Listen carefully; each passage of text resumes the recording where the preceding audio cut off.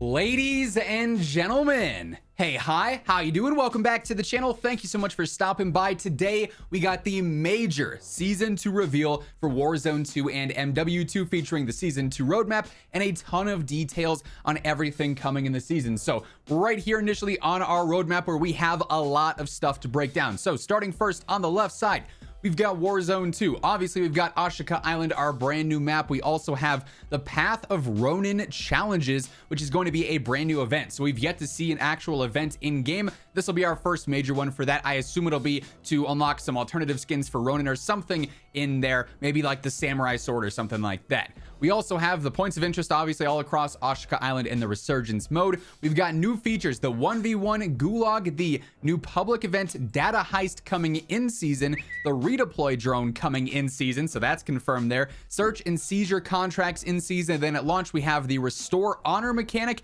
and the new watercraft vehicle as well. For DMZ, we have the exclusion zone on Ashika Island. We've got a new boss and a new weapons case with the Crown faction as well that, keep in mind, only MW2 owners can access. The bomb maker is going to be the boss, and then we also have obviously our weapons case there alongside new missions. Then over on the right side here, we got plenty as well. So for multiplayer, we're getting a new raid in season ranked play at launch. 4 multiplayer maps, and yes, one of them is Museum, so 3 multiplayer maps really, but Dome, Museum, Al-Malik International battle map, so basically Terminal as a ground war map, and Observatory as a battle map as well. So we're getting Terminal and Dome essentially as battle maps, ground war maps, and then Dome is a 6v6 map, so that's pretty interesting. We've got a bunch of new modes here: Infected, Gun Game, Grind, and then in season Drop Zone, All or Nothing, and One in the Chambers. So quite a few mode updates coming. That's going to be very exciting as well. For weapons, we actually have a handful of these. We've got the Hemlock rifle, we've got the broadside shotgun, which is the Vepr, and we've got the crossbow alongside the dual Kadachis. And then in season, we're going to get a brand new marksman rifle as well. So it seems like the rifle, the shotgun, and the crossbow are all going to be there at launch alongside the Kadachis.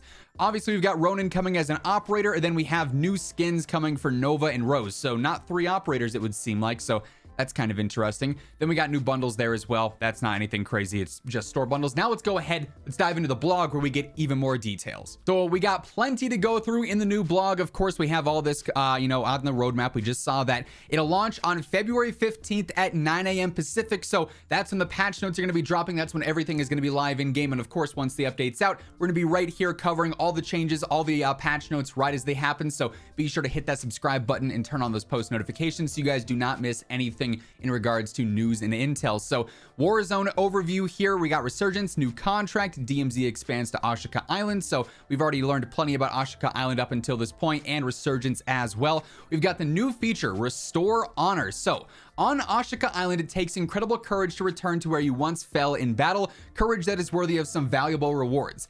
Every operator on Ashika Island will drop a dog tag upon death once per match in Resurgence or Battle Royale, which can either be picked up by a squad mate or themselves after redeploying. Doing so grants a small cash reward as well as a single UAV ping that marks enemies and supply boxes. So that's actually kind of interesting. You're going to be able to end up getting some cash back for finding that token, essentially.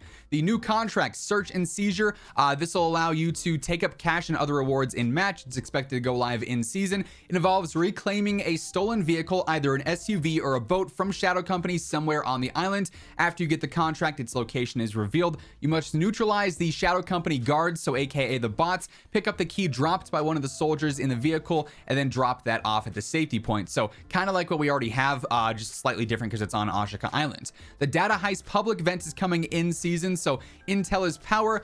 During the second circle collapse, 3 uplink stations will come online around the map, allowing players to download critical intel in exchange for valuable in-match rewards. You can hack in and actually get that intel essentially. Download progress can be sped up by eliminating the combatants, while other operators can halt progress in the station by using a DDoS. So you end up getting XP, cash, and a random piece of tactical equipment for doing that. You also have increased rewards if you do multiple, so that's pretty interesting as well. Additional new features. Season 2 will include notable changes to Warzone 2, including an updated Gulag for 1v1, changes to armor plates. We've already talked about that. There are a few other things happening as well. Redeploy drones, we've already talked about these. It's basically just the redeploy balloons. They're coming in season for Resurgence exclusively, so that's not happening on regular Al Mazrah. Important to keep note of that. The new combatant, Rusher, in season. So AI combatants are all about dealing damage from a distance. Rusher will be a new CQB combatant. May not have much in terms of health or armor, but what they lack in defense, they make up for in increased agility and a deadly sword. So the melee is essentially going to be the main focus here on this AI bot. Discover the secrets of Ashika Island. That's a cool picture, I won't lie. Like previous smaller size maps, it's small, it's going to be fast paced, nothing too crazy there. DMZ expansion for the first missions in Al Mazrah to uncovering building 21. DMZ's expanded a bit. It'll be coming to exclusion zone on Ashika Island, so DMZ's playable for all that. We already knew that as well. Following the reset, a new faction known as Crown will be available to MW2 owners. Operators will be able to complete these missions either back in Al Mazrah within Building 21 or on Ashika Island. This new map will be central to experience continued narrative and other new features like boss hideouts as well. So again, more repeat info from our blog last week. We've got the Bomb Maker boss, the one who rules over Ashika Island. The Bomb Maker's location is unknown, but operators will be able to find him on the island. He holds the new weapon case, which contains a new permanent reward for operators to flaunt with and outside DMZ. Also, the operator cases, weapons cases for Al Mazrah and Building 21 are staying the same.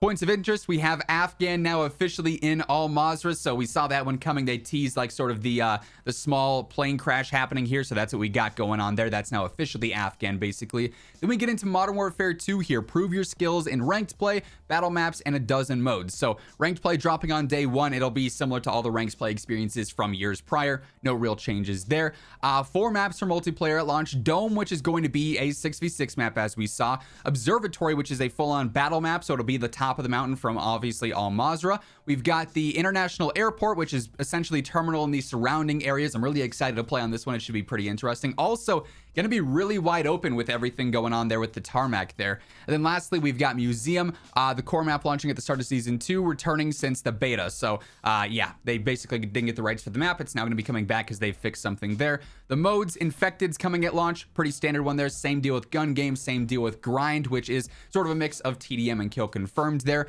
And then hardcore also obviously happening at launch and replacing tier 1.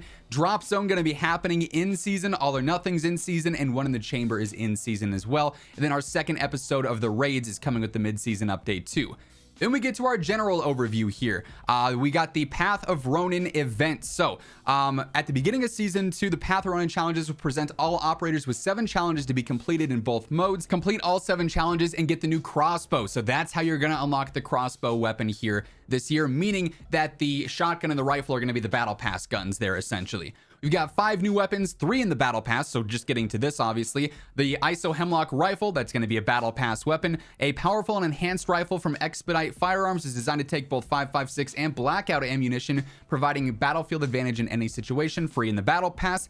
The broadside shotgun, this is a cast-off platform weapon, bringing the power of 12 gauge to the cast-off platform, free in the battle pass. And then also the dual Kadachis, free in the battle pass as well. So those are returning obviously from MW 2019.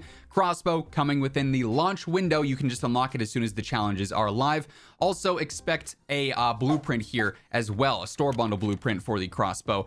New marksman rifle will be available at mid-season as a lethal new equipment piece. The Shuriken, that's also happening in the mid-season update. The jet ski basically, so nothing too crazy. Ronin returns at launch, which is going to be really, really cool. Ronin obviously a super dope operator from MW 2019. There's going to be a new combat pack available for PlayStation users as well, specifically for Ronin, so that's interesting. We are up to 500 for our overall level cap now as well, so we'll be able to get to that in season 2. I don't really love the level cap idea because I feel like we get to the cap like in a couple of weeks if you're playing frequently, and then you're just doing nothing for the rest of the season. Combat records and leaderboard updates. Warzone 2 combat records will be coming online as a part of season 2. They'll only be tracked from the activation date, so nothing up until this point has counted whatsoever. Your stats will only track within season 2 moving forward. Furthermore, leaderboards for MW2 multiplayer are coming in season 2, but no leaderboards for Warzone. Out of combat, there's nothing too crazy here. Centralized patch notes. To better serve the COD community, patch notes will also be available on callofduty.com/patch notes starting on the 15th in various different languages. You can also view them in game, COD, story, yada, yada, yada. Buy Modern Warfare 2, do all that stuff. So season 2 is looking honestly pretty solid in terms of content. There's more for everything than I anticipated, I won't lie. Multiplayer's getting some solid updates, Warzone and DMZ some solid updates. Again, as soon as we get any new intel here, any new trailers for the battle pass, the new patch notes, I'll be covering all that here on the channel. So make sure you are subscribed with your noties turned on to stay up to date with that stuff. And if you guys enjoyed the video, if you guys are excited for season 2, let me know by dropping a like on it. But that's gonna wrap things up. Thank you guys so much for tuning in, and until next time, take it easy, have an awesome rest of your day. I'll catch you guys later. Peace out.